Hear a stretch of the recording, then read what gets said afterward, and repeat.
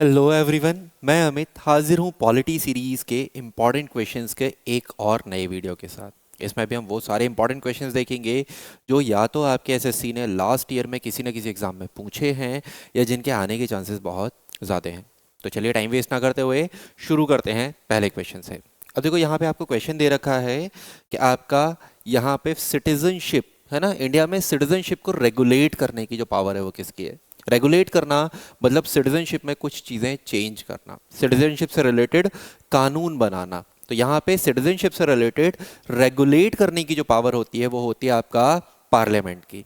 और ये चीज़ आपका आर्टिकल 11 में, अनुच्छेद 11 में मेंशन कर रखा है संविधान में। तो संविधान का अनुच्छेद 11 बोलता है कि नागरिकता से संबंधित कानून बनाने का अधिकार केवल संसद का होगा। ठीक है, तो यहाँ पे जो आपका ऑप्शन डी जो है संसद, वो सही आंसर है। अगला क्वेश्चन अब आपका देखते हैं कि इंडिया में कौन सा स्टेट है जहां पे 100% fully digital literacy panchayat Bharat में हुआ है। मतलब पहला राज्य जहां पे जो पंचायत हैं वो 100% डिजिटल आपका साक्षर हुई है।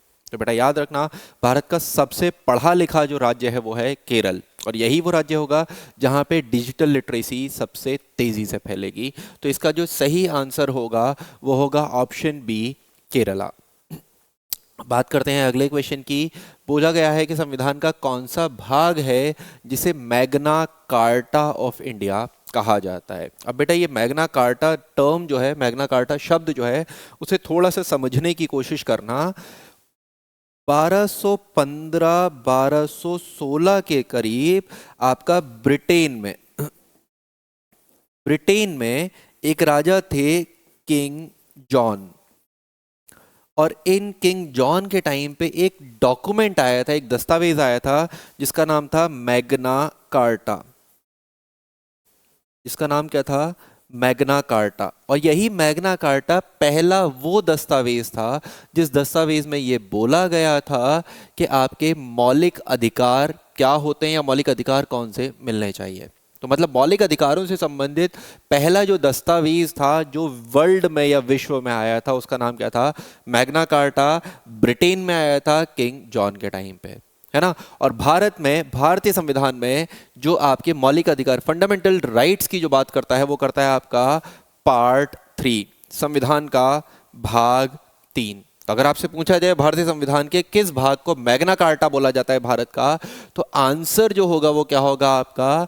ऑप्शन बी, पार्ट 3 यहां पे इसका सही आंसर होगा। चलिए अगला क्वेश्चन मैं आपको बोलूं कि 26 जनवरी 1950 जो है, 26 जनवरी 1950 को भारत क्या बना था। तो बेटा 26 जनवरी 1950 को भारत एक रिपब्लिक स्टेट बना था। हम रिपब्लिक डे मनाते हैं, है ना। लेकिन यहाँ पे आपसे पीरियम्बल के वो 3 शब्द पूछे गए हैं जो बोला था। देखो पीरियम्बल का वीडियो मैं आपको यहाँ पे पिन कर दूंगा, है ना। आई कार्ड में आपको मैं यहाँ पे पिन कर दूंगा, तो पीरियम्बल का वो वीडियो देख लेना। वहां मैंने आपको बताया है कि पीरियम्बल में क्या चेंजेस हुए, क्या संशोधन हुए और कब हुए। इनिशियली 26 जनवरी 1950 को जब भारतीय संविधान को स्वीकार किया गया था, तब पीरियम्बल में 3 शब्द बोले गए थे। बोला था भारत इस प्रकार का राज्य होगा, जिसमें था आपका क्या था? सॉवरेन था, डेमोक्रेटिक था और रिपब्लिक था। संप्रभुत्व था, लोकतंत्र था और गणतंत्र था। तो ऑप्शन डी यहाँ पे सही आंसर होगा। सोशलिस्ट और सेक्युलर, है ना, पंथ निरपेक्ष और सामाजिक शब्द जो है वो बाद में जोड़े जाएंगे, 42वें संवैधानिक संशोधन से जोड़े जाएंगे। ठीक है, चलिए तो अगला क्वेश्चन हम आपका देखते हैं। Which of the following article of Indian constitution can not be amended with simple majority, है ना। पूछ रहा है कि इसमें से कौन सा अनुच्छेद है जो आपका सिंपल मेजॉरिटी से आपका संशोधित नहीं होगा। ठीक है, देखना यहाँ पे थोड़ी सी चीजें समझना कि किसे हम सिंपल मेजॉरिटी से चेंज नहीं कर सकते हैं। चलो अब यहाँ पे अगर मैं आर्टिकल 2 बोलूँ कि हम एक नया स्टेट बनाते हैं, है ना, वो नया स्टेट जब हम आपका बनाते हैं तो उसके लिए आपका कोई स्पेशल मेजॉरिटी नहीं लगती। ठीक है, तो नया स्टेट बनाने के लिए हमें कोई स्पेशल मेजॉरिटी नहीं लगती। किसी नए एरिया को जब इंडिया में शामिल किया जाता है तो वो आपका आर्टिकल 2 से होता है। किसी पहले से जो एरिया इंडिया में होता है, पहले से जो भारत में क्षेत्र होता है, भारत में जो राज्य होता है, उसे तोड़कर जब हम एक नया राज्य बनाते हैं तो आर्टिकल 3 से होता है। और इसके लिए भी आपको विशेष बहुमत स्पेशल मेजॉरिटी लेने की जरूरत नहीं होती, सिंपल मेजॉरिटी से ही ये काम होता है। हर राज्य के लिए या किसी भी राज्य के लिए विधान परिषद है ना, स्टेट लेजिस्लेटिव काउंसिल बनाने का या खत्म करने का अधिकार आर्टिकल 169 में आता है और इसके लिए भी स्पेशल मेजॉरिटी की जरूरत नहीं होती है। ये तीनों जो हैं वो आपके किससे चलते हैं? सिंपल मेजॉरिटी से।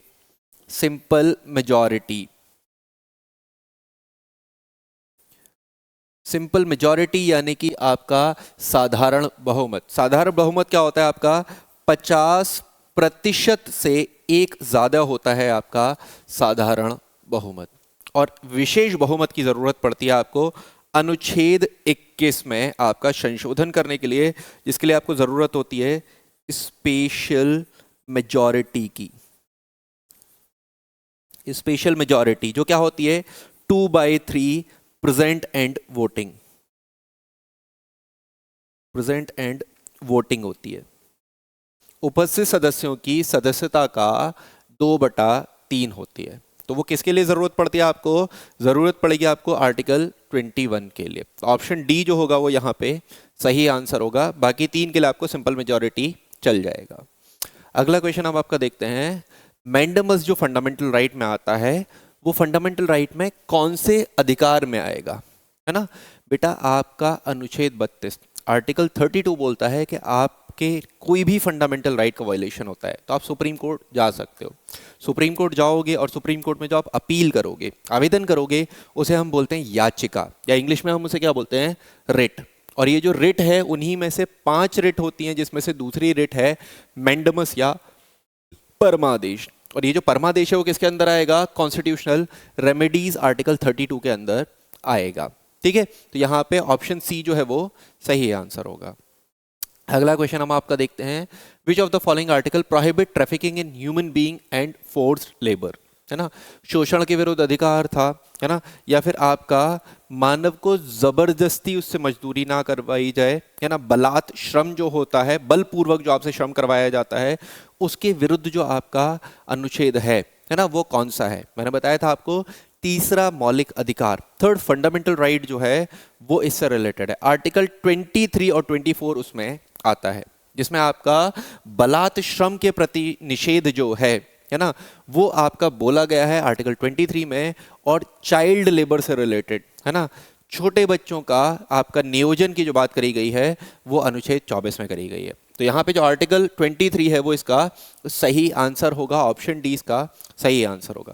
बेटा फंडामेंटल राइट्स अगर आपको पढ़ने हैं डिटेल में तो यहाँ पे चैनल पे वो वीडियो पड़ा हुआ है। पॉलिटी की एक कंप्लीट प्लेलिस्ट चैनल पे पड़ी हुई है, वहां से आप देख सकते हैं, वरना आई बटन में मैं आपका पिन कर दूंगा फंडामेंटल राइट्स से रिलेटेड जो आपके वीडियो है, तो आप उसे एक बार जरूर देखिएगा और ये भी बताइएगा कि वो वीडियो आपको अच्छा लगा या नहीं लगा।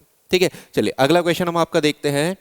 How many type of writs are issued by the supreme court on the protection of fundamental right of Indian citizen? है ना, कितने प्रकार के मौलिक, कितने प्रकार की याचिकाएं या रिट्स जो हैं वो सुप्रीम कोर्ट इशू कर सकता है? जस्ट मैंने अभी आपको पिछले क्वेश्चन में बताया कि सुप्रीम कोर्ट जो है वो भारत में 5 तरीके की रिट्स जो हैं वो इशू कर सकता है। 5 तरीके की याचिकाएं हैं वो आपकी जारी कर सकता है।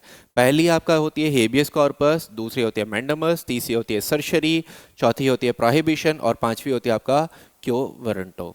है ना, तो ये पांचों रिट्स जो हैं वो मैंने आपको पॉलिटी की सीरीज में पढ़ा रखी हैं, एक बार वो आप वीडियोस जरूर चेक करिएगा। तो यहाँ पे जो आंसर होगा वो होगा ऑप्शन सी, 5 रिट्स जो होगा वो यहाँ पे सही आंसर होगा। अगला क्वेश्चन मैं आपको देखता हूं।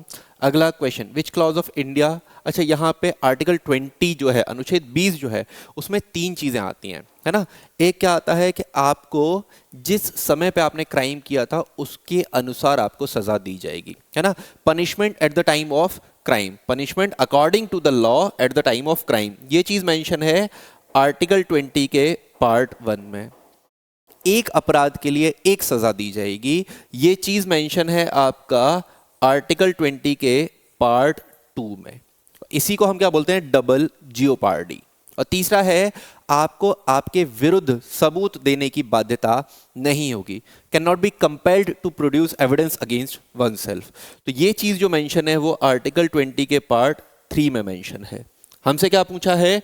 Double jeopardy. तो डबल जियोपार्डी आर्टिकल 20 के पार्ट 2 में आती है, पार्ट 4 वाली चीज आपके आर्टिकल 20 में नहीं है ना। तो ये 3 चीजें हैं मैंने आपको बताया। तो यहाँ पे जो सही आंसर होगा वो क्या होगा? ऑप्शन सी यहाँ पे सही आंसर होगा।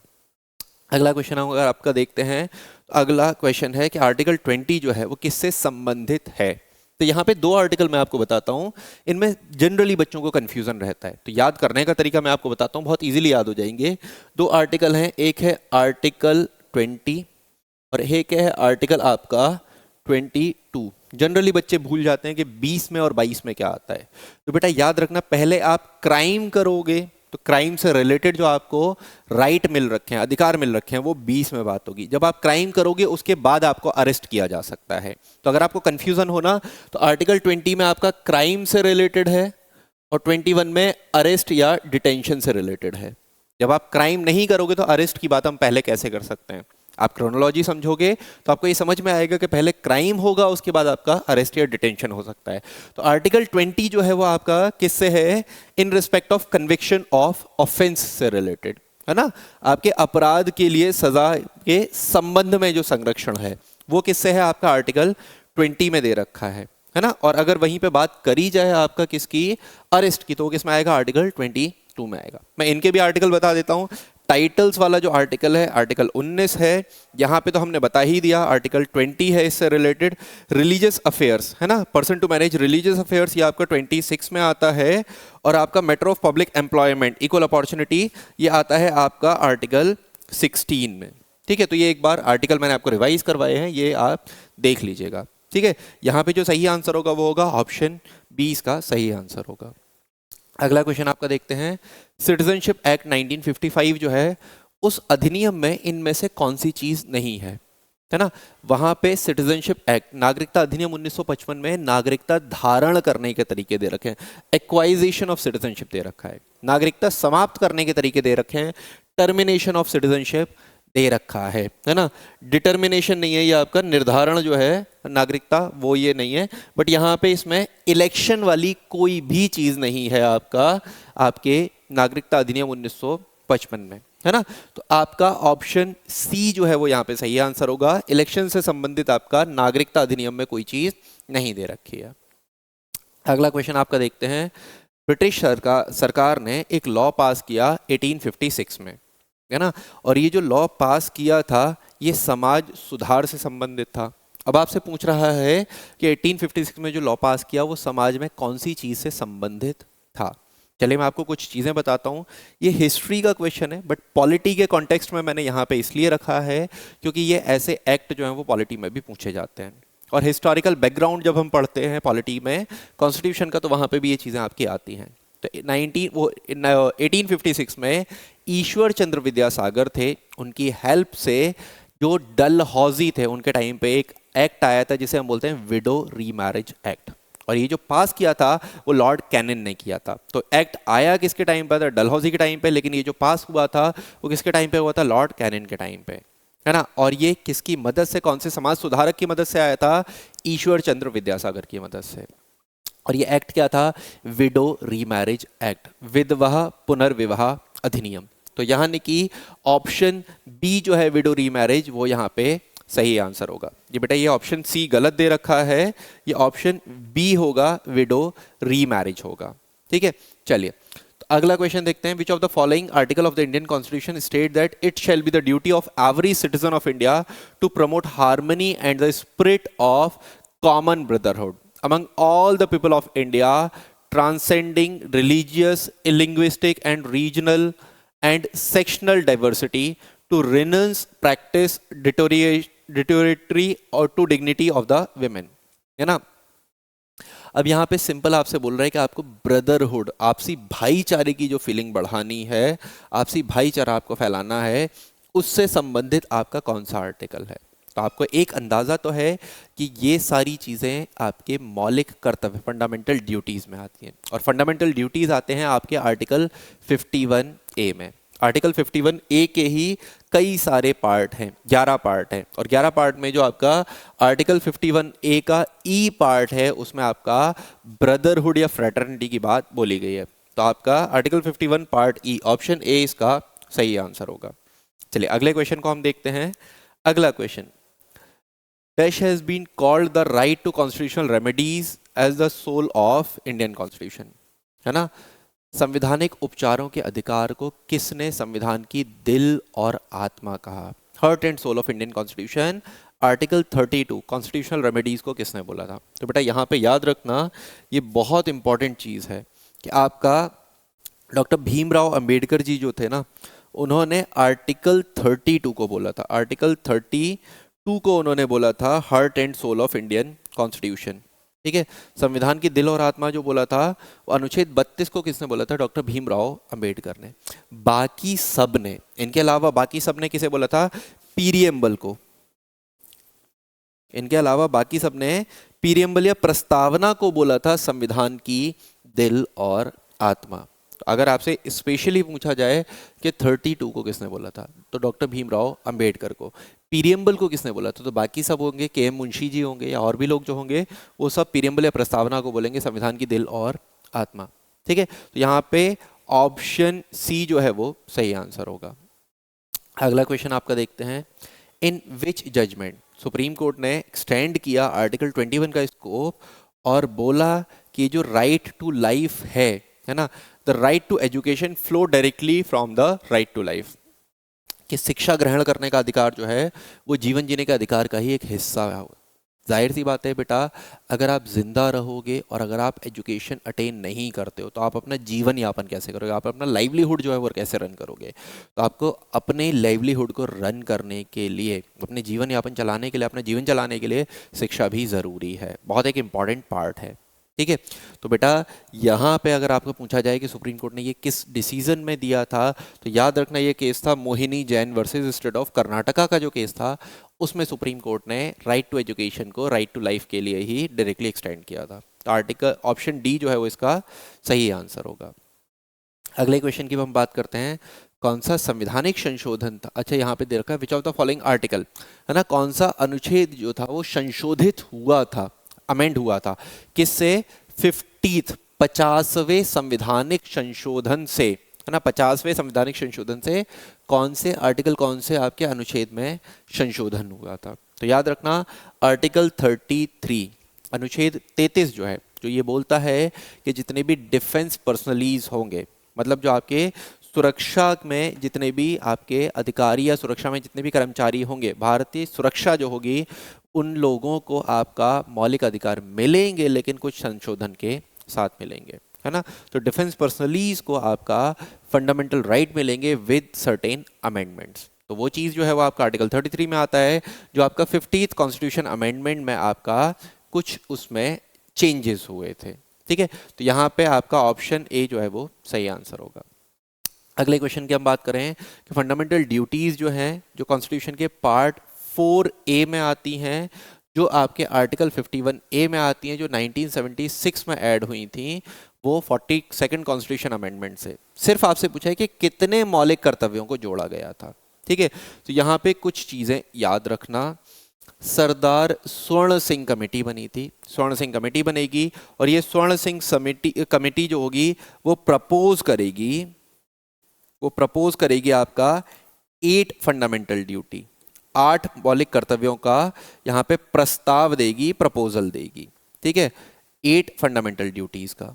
लेकिन 1976 में 1976 में 42वें संवैधानिक संशोधन से 10 फंडामेंटल ड्यूटीज, है ना, 10 फंडामेंटल ड्यूटीज, 10 मौलिक कर्तव्य जो हैं वो आपके जोड़े जाएंगे।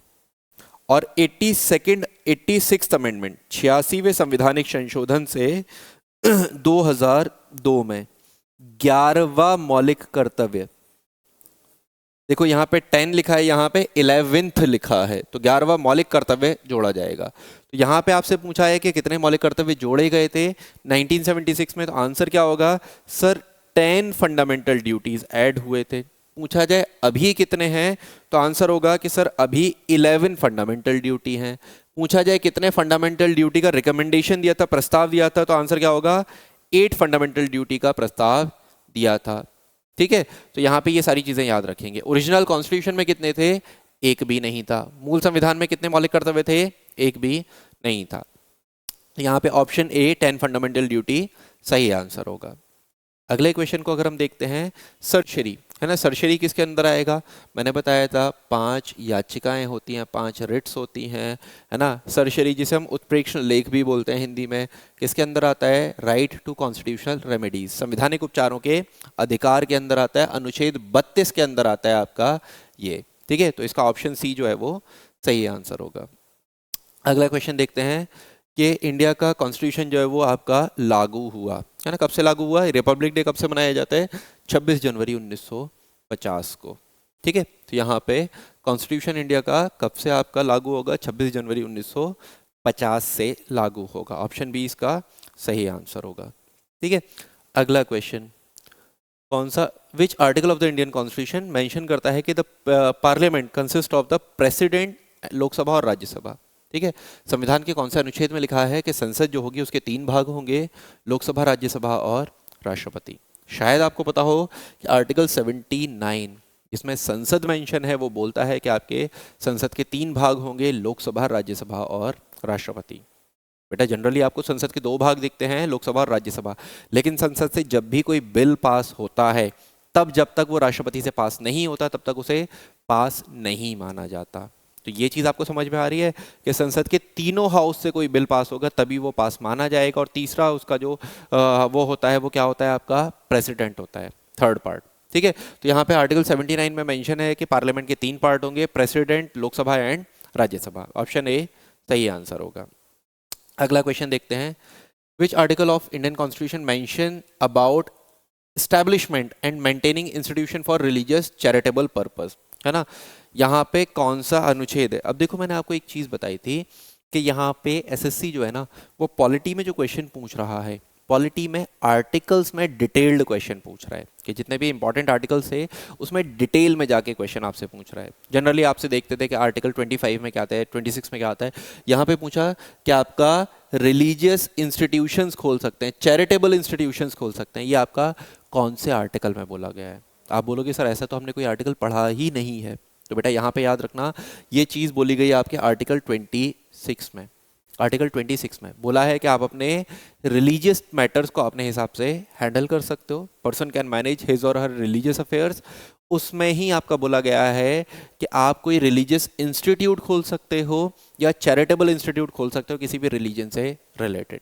इसी में ही बोला गया है कि ये जो इंस्टीट्यूट होंगे, ये इंस्टीट्यूट जो है वो आपका मूवेबल या इमूवेबल प्रॉपर्टी खरीद सकते हैं, उन्हें मैनेज कर सकते हैं। ठीक है, तो मूवेबल आपका या इमूवेबल प्रॉपर्टी खरीदने का भी जो अधिकार है इंस्टीट्यूट्स को, रिलीजियस इंस्टीट्यूट्स को, वो किस में दे रखा है? आर्टिकल 26 में ही मेंशन कर रखा है। तो बहुत इंपॉर्टेंट क्वेश्चन है। इस तरीके के क्वेश्चंस आप और भी प्रिपेयर करना, क्योंकि एसएससी इस तरीके के सवाल बार बार पूछ रहा है। तो ऑप्शन डी यहाँ पे इसका सही आंसर होगा। अगला क्वेश्चन आपका देखें कि एक फीमेल है जिसका नाम हमने ए दे दिया और एक मेल है जिसका नाम हमने बी दे दिया। वो दोनों काम करते हैं एक ही पद पर, एक ही ऑफिस में, एक ही ऑफिस में काम करते हैं। उनकी जो डेजिग्नेशन है, उनका जो पद है वो भी सेम है और उनका जो वर्क का नेचर है वो भी सेम है, सेम तरीके के काम करते हैं। ठीक है, लेकिन उनकी जो सैलरी है वो अलग अलग है। उनका जो सैलरी है, उनके जो वेतन है वो अलग अलग है। तो ये संविधान के कौन से अनुच्छेद का वायलेशन होगा? कौन सा अनुच्छेद यहाँ पे लगाया जाएगा ताकि उन्हें सेम सैलरी दी जाए? तो बेटा याद रखना, equal wages for equal work for man and women, ये चीज मेंशन है आपके आर्टिकल 39 के पार्ट डी में। ठीक है, तो ये 39 का पार्ट डी। देखो फिर से मैंने आपसे क्या बोला कि एसएससी आपके डिटेल्ड में आर्टिकल पूछ रहा है। जितने भी आपके इंपॉर्टेंट आर्टिकल्स है, पहले वो आपके जस्ट एक आर्टिकल में क्या आता है वो पूछता है, लेकिन अब यहाँ पे वो सारे आर्टिकल्स आपके डिटेल में पूछे जा रहे हैं। ठीक है, तो आर्टिकल 39 का पार्ट डी है वो यहाँ पे आता है। अब यहाँ पे एक चीज़ और मैं बताता हूँ आर्टिकल 39 से रिलेटेड। अगर आपसे पूछा जाए, पहले होता था ना कि आपका कुछ लोग थे जो बोलते थे कि आप इस कुएं से पानी नहीं पी सकते, या दलितों को बोला जाता था कि आप इस कुएं से, इस नल से पानी नहीं पी सकते। उससे संबंधित भी जो है आपकी चीज़ें वो भी आर्टिकल 39 में ही मेंशन कर रखी हैं। आर्टिकल 39 बोलता है कि जितने भी प्राकृतिक संसाधन हैं, जितने भी नेचुरल रिसोर्सेज हैं, उन पे सभी का अधिकार होगा। उस पे किसी एक समुदाय का, किसी एक समाज का, किसी एक वर्ग या परिवार का अधिकार नहीं हो सकता, है ना। किसी एक फैमिली का, कम्युनिटी का, कास्ट का, किसी भी आपके नेचुरल रिसोर्स पे अधिकार नहीं हो सकता। उन नेचुरल रिसोर्सेज पे सभी लोगों का अधिकार होगा। ऐसा भी मेंशन है आपका आर्टिकल 39 में ही। और आर्टिकल 39 ही बोलता है कि सरकार कॉन्सेंट्रेशन ऑफ वेल्थ, पैसे के को इकट्ठा होने से रोकेगी। ठीक है, तो ये चीजें भी आपके आर्टिकल 39 में ही आती हैं। ये चीजें भी याद रखना, हो सकता है एसएससी से रिलेटेड आपका क्वेश्चन पूछ ले। ठीक है, चलिए, तो यहां पे आंसर डी इसका सही आंसर होगा। अगला क्वेश्चन हम आपको देखते हैं। UPSC, union public service commission, state public service commission, है ना, राज्य के लिए आपका जो आयोग होता है, लोक सेवा आयोग, या आपका जॉइंट पब्लिक सर्विस कमीशन, ये जो कमीशंस बनते हैं, ये सारे कमीशन आपके आर्टिकल 315 अनुच्छेद 315 में मेंशन है ना। लेकिन वो पूछ रहा है कि ये क्या दर्शाते हैं। ठीक है, तो बेटा ये सारी चीजें दर्शाते हैं आपका क्या, फेडरलिज्म। ये दर्शाते हैं आपका संघवाद, कि भारत एक फेडरल स्टेट है। हम लोग बोलते तो यूनियन है, लेकिन वो यूनियन किस टाइप के आपके फीचर को शो करता है, फेडरल फीचर को शो करता है, कि यहाँ पे केंद्र को शक्ति है कि वो रिक्रूटमेंट कर सकता है यूपीएससी के थ्रू, राज्यों को शक्ति है कि वो आपका स्टेट पब्लिक सर्विस कमीशन के थ्रू आपके रिक्रूटमेंट कर सकता है, नियुक्ति कर सकता है। तो जहाँ केंद्र और राज्यों को शक्ति मिल रही होती है दोनों को, उसे हम फेडरलिज्म बोलते हैं।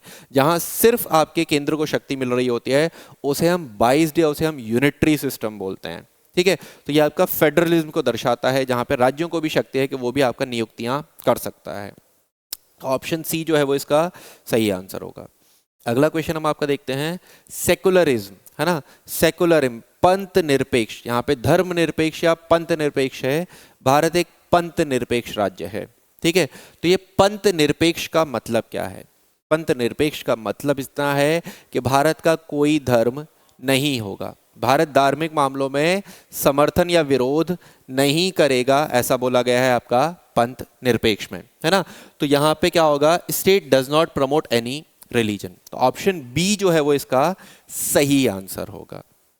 अगला क्वेश्चन हम आपका देखते हैं, which of the following year did the constitution 100th amendment, है ना, भारतीय संविधान का 100वां संवैधानिक संशोधन कौन से वर्ष में हुआ था? तो बेटा याद रखना, भारतीय संविधान का 100वां जो संवैधानिक संशोधन था वो 2015 में हुआ था।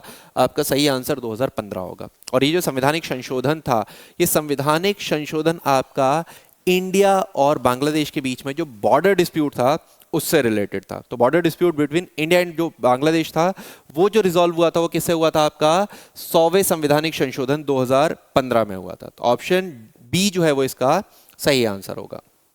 अगला क्वेश्चन आपका देखते हैं, how many fundamental duties were recommended by the स्वर्ण सिंह कमेटी। स्वर्ण सिंह समिति ने कितने मौलिक कर्तव्यों का सुझाव दिया था? अभी हमने देखा था कि स्वर्ण सिंह समिति ने आपके 8 मौलिक कर्तव्यों का सुझाव दिया था। तो ऑप्शन बी जो है वो इसका सही आंसर होगा। अगला क्वेश्चन हम आपका देखते हैं, which of the following writ का लैटिन मीनिंग क्या है? वी कमांड, है ना। जितने भी रिट्स हैं उनके लैटिन मीनिंग दे रखे होते हैं। तो वी कमांड कौन से रिट या कौन सी याचिका का मतलब है? तो बेटा ये मतलब है मैंडमस का, परमादेश, है ना। परमादेश का वर्ड टू वर्ड मीनिंग क्या है? We command. तो ऑप्शन डी जो है वो इसका सही आंसर होगा। अगला क्वेश्चन देखते हैं, फेडरलिज्म जो इंडियन कॉन्स्टिट्यूशन में है उस कॉन्टेक्स्ट का मतलब क्या है? फेडरलिज्म का मतलब क्या है? फेडरलिज्म का मतलब यह है कि केंद्र भी होगा और राज्य भी होगा और राज्यों को भी शक्तियां दे रखी होंगी। तो यहाँ पे सरकार के कई लेवल्स होंगे। जैसे हम देखते हैं आपका सेंट्रल गवर्नमेंट, स्टेट गवर्नमेंट और पंचायती राज पे भी जो गवर्नमेंट होती है। तो यहाँ पे क्या है आपका existence of more than one level of government, एक से ज्यादा लेवल्स पे, चरणों पे आपकी सरकार होगी। ये क्या होता है? ये होता है आपका फेडरलिज्म का मतलब। तो ऑप्शन ए जो है वो सही आंसर होगा। अगला क्वेश्चन हम आपका देखते हैं, पार्ट 4 जो है इंडियन कॉन्स्टिट्यूशन का, पार्ट 4A, वो किससे संबंधित है? तो वो आपका फंडामेंटल ड्यूटीज, मौलिक कर्तव्यों से संबंधित है। तो ऑप्शन बी इसका सही आंसर होगा। अगला क्वेश्चन आपका, under the discretionary power of the which article, है ना, कॉन्स्टिट्यूशन। यहाँ पे सुप्रीम कोर्ट ने बोला कि जो सेक्स वर्कर्स होते हैं वो रिकॉग्नाइज होंगे एज अ प्रोफेशनल, है ना, सेक्स वर्कर्स को भी आपका एज अ प्रोफेशनल रिकॉग्नाइज किया जाएगा। ये पावर सुप्रीम कोर्ट ने कौन से आर्टिकल का यूज करके दिया है? तो बेटा सुप्रीम कोर्ट का आर्टिकल 142 में पावर दे रखी है कि सुप्रीम कोर्ट अपनी तरफ से कुछ कानून या लॉ बना सकता है ना। और 142 का यूज करके सुप्रीम कोर्ट ने बोला कि सेक्स वर्कर्स भी जो होंगे वो प्रोफेशनल्स में काउंट होंगे। तो यहाँ पे ऑप्शन ए जो है वो इसका सही आंसर होगा। ठीक है, तो बेटा इस वीडियो में हम लोग इतना ही रखते हैं। अगर आपको ये क्वेश्चन समझ में आए हो, यूजफुल लगे हो, तो वीडियो को लाइक जरूर करना। चैनल पर पहली बार आए हो तो चैनल को सब्सक्राइब किए बिना मत जाना। चले मिलते हैं आपसे नेक्स्ट वीडियो में।